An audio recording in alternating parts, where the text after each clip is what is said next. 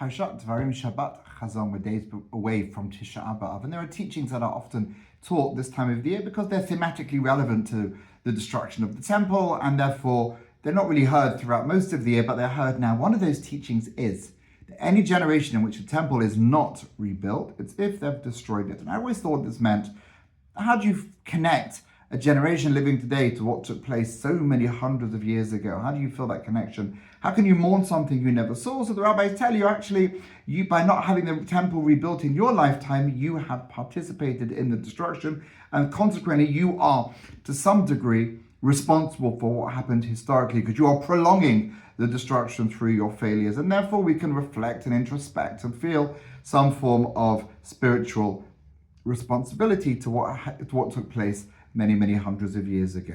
Let me present you a different perspective from the Hasidic master, the Sfat Emet, who explains things differently. Now he draws our attention to the fact that in the Amidah prayer, we say the blessing about Jerusalem 3 times a day, every single day of the year, besides obviously Shabbat, where we describe God as Boneh Yerushalayim, the builder of Zion.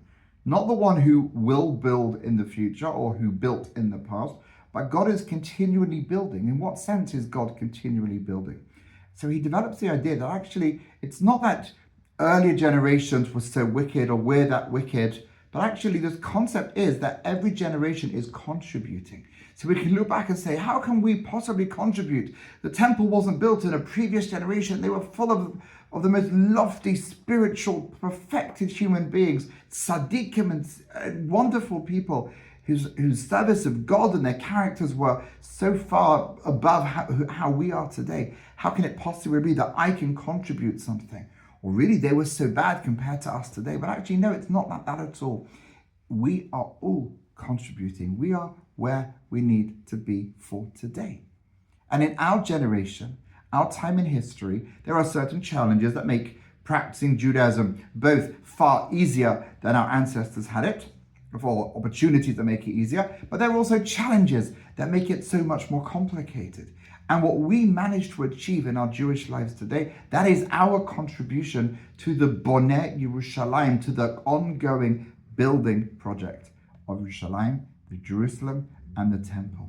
And so all of us must consider ourselves as part of that building project.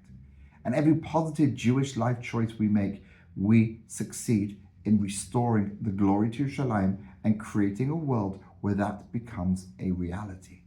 Right now, it's the most fought over piece of real estate. But we know it's on a small level since 1967 in the state of Israel took back control over the holy sites in the old city. We know that every religious group gained access.